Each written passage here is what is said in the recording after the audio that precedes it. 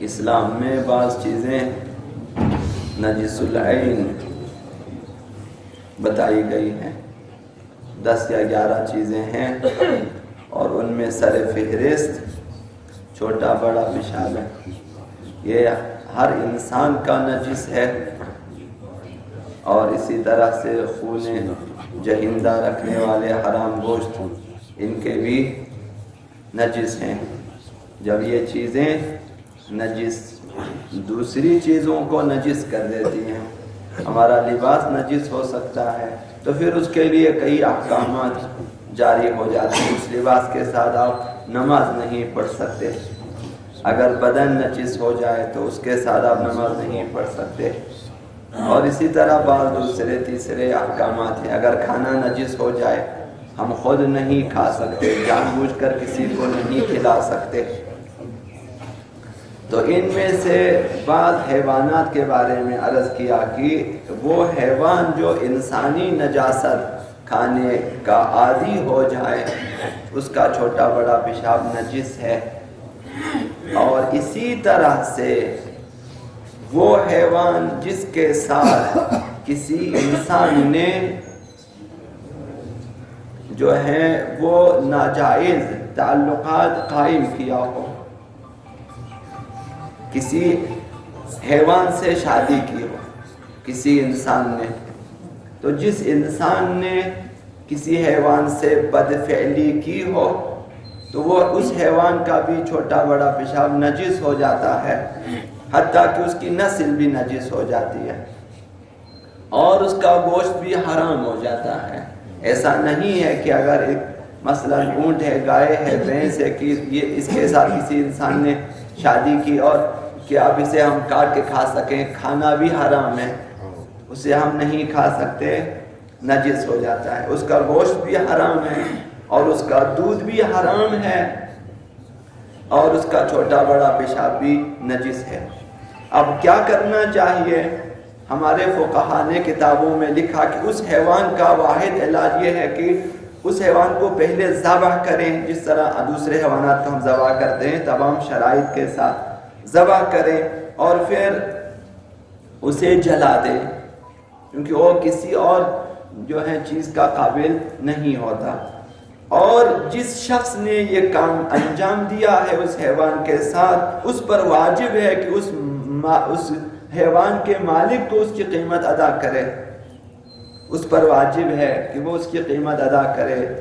اگر خدا نخواستہ کسی نے کسی زمانے میں کسی کے حیوان کے ساتھ اگر کوئی ایسا گناہ کیا ہے تو آج بھی اس کی گردن پر ہے، اسے چاہیے کہ وہ یا بتا کر یا بن بتائے اس کی قیمت ادا کرے، اس کی گردن پر ہے۔ اگر وہ حیوان مثلا اس طرح سے حرام ہو گیا ہے، نجس ہو گیا ہے، تو اس پر واجب ہے کہ اس حیوان کی قیمت کو ادا کرے۔ حضرت آیت اللہ سیستانی نے فرمایا اس حیوان کی آئندہ نسل بھی حرام ہو جائے گی۔ اب اس نے اگر بچہ جنا تو وہ بھی نجس ہے اور حرام ہے، تو اس کا گوشت بھی ہم نہیں کھا سکتے۔ ابھی بھیڑ ہے مثلا، اونٹ ہے، یا مثلا باقی حیوانات اگر ان کا بچہ ہو جائے تو ان کا بھی یہی صورتحال ہے، ان کا جو ہے اب وہ یعنی حرام گوشت ہو جاتا ہے، جس طرح وہ خود حیوان حرام گوشت بن جاتا ہے۔ اب اس سے جتنے مثلا بچے پیدا ہوتے ہیں وہ بھی حرام گوشت ہے۔ اب جس نے یہ کام انجام دیا ہے، خدا نخواستہ اگر کوئی شخص اس گناہ میں گرفتار ہو جائے، اس پر واجب ہے کہ وہ یہ جان لے کہ اس نے بہت بڑا گناہ انجام دیا ہے۔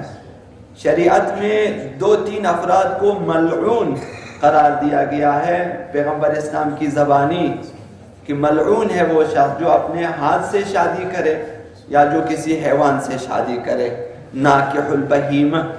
اس نے حیوانات مثلا کسی حیوان کو اس نے ازدواجی تعلقات کے لیے انتخاب کیا، یا بعض لوگ خود ارضائی کرتے ہیں، اب وہ بھی ملعون ہے اسلام میں، جس طرح یہ بھی ہے۔ تو جس نے یہ کام کیا ہے، خدا نخواستہ اگر کوئی شخص گرفتار ہو چکا ہے، اولاً کہ بہت بڑا گناہ انجام دیا ہے، اور اس پر واجب ہے کہ توبہ کرے، توبہ اس گناہ کو ہمیشہ کے لیے چھوڑ دیں، اور خداوند متعال کی بارگاہ میں اس کی بخشش طلب کرے خداوند متعال سے، خدا یہ گناہ سرزد ہو چکا ہے، اب معصومین کے صدقے، انبیاء کے صدقے، شہداء کے صدقے مثلا ہمیں بخش دے، تو خداوند متعال جو ہے انشاءاللہ العزیز اسے بخش دے گا۔ اور یہ جو گناہ جس نے انجام دیا ہے، بیان کرنا بھی حرام ہے، کہ وہ کسی کو نہ بتائے میں نے یہ گناہ کیا ہے۔ یہ کوئی شجاعت والی بات نہیں ہے کہ ایک شخص اپنا گناہ، اپنا کوئی بھی گناہ کسی کو بیان نہیں کرنا چاہیے، حرام ہے، جائز نہیں ہے۔ خداوند متعال کے پاس آ کر آپ بیان کر سکتے ہیں خدایا میں نے یہ گناہ انجام دیا ہے۔ باقی کسی شخص کے پاس اپنا گناہ بیان کرنا جائز نہیں ہے، حرام ہے۔ اپنا گناہ، جب اپنا گناہ بیان کرنا حرام ہو شریعت میں، تو پھر دوسروں کے گناہ ہم کیسے بیان کرتے ہیں کہ اس نے یہ گناہ، اس نے یہ گناہ، اپنا گناہ بھی ہم بیان کرنے کے مجاز نہیں ہے۔ تو اگر خدا نخواستہ کسی نے اگر ایسا گناہ کیا بھی ہے تو بیان کرنا اس کے لیے جائز نہیں ہے۔ اب اگر کسی نے دعویٰ کیا مثلا کسی طرح سے بھی اسلامی عدالت میں اس کا یہ گناہ ثابت ہو جائے، مثلا گواہ عادل جو ہے پیش ہو گیا، انہوں نے گواہ ہمارے سامنے اس نے یہ گناہ انجام دیا ہے، ثابت ہو جائے، اگر ثابت ہو جائے تو پھر تعزیری سزا اس کے لیے معین ہے۔ تعزیر ان سزاؤں کو کہا جاتا ہے کہ جن کی حد خداوند متعال نے معین نہیں کی ہے، اب وہ حاکم شرع کے ذمے چھوڑا ہوا ہے، کہ جو حاکم شرعی ہے اس کی ذمہ داری ہے کہ وہ اس شخص کو دیکھے، اس کے گناہ کو دیکھے اور حالات کو دیکھے، نوعیت کو دیکھ کر سزا معین کرے۔ اب حدود کیا ہے؟ تعزیر معین کرنے کی حدود یہ ہے کہ شریعت میں جو بالاترین حد ہے 100 کوڑے ہیں، اس سے کم ہو، یا جو کم ترین جو ہے سزا ہے 75 کوڑے کی، یعنی اس سے یا 100 یا 75 سے زیادہ نہ ہو۔ اب اس کے بیچ میں مثلا 50 کوڑے 40 کوڑے جتنے بھی ہیں وہ حاکم شرع معین کر اس شخص پہ کوڑے لگا دیں گے۔ اب اس سے کچھ گناہ اس کے معاف ہو، اگر پتہ نہ چلے تو شکر کریں کہ کوڑوں کی سزا سے ہم معاف ہو جائیں گے، اصل گناہ کی نسبت خداوند متعال کی بارگاہ میں آ کر جو ہے وہ استغفار کرنی چاہیے۔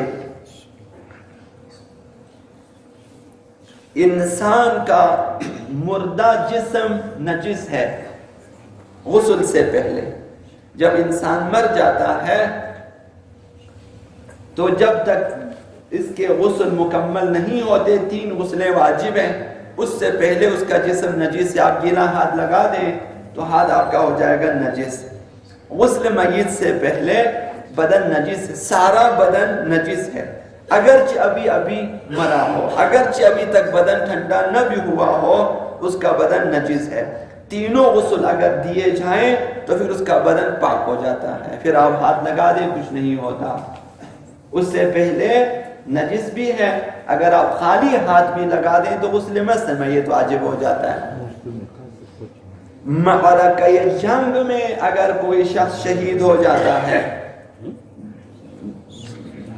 معرکہ جنگ میں جہاں پہ جنگ کا میدان ہے وہاں شہید ہو جاتا ہے تو اس کا بدن پاک ہے، نجس نہیں ہے۔ معرکہ جنگ سے مراد وہ علاقے ہوتے ہیں جو دشمن کی رینج میں ہے، پہنچ میں ہے، جہاں پہ دشمن گولہ باری مثلا کرتے ہیں، جہاں پہ ان کی رسائی ہے، اور دونوں فوجوں میں جہاں پہ جنگ ہے،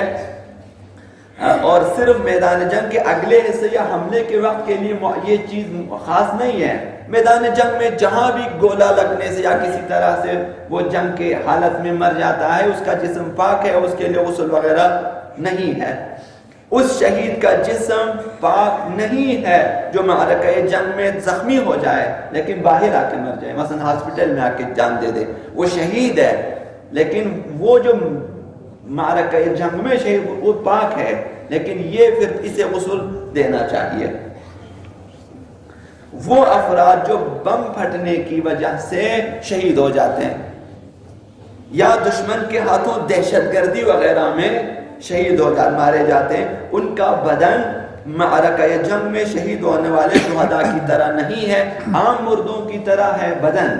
خود مقام شہادت کو پائے گا اگر مظلومانہ شہید ہو چکے ہیں، شہادت ہے لیکن بدن عام مردوں کی طرح اسے دھونا چاہیے، کفن پہنانا چاہیے، نماز چاہیے اور دفن وغیرہ واجب ہے۔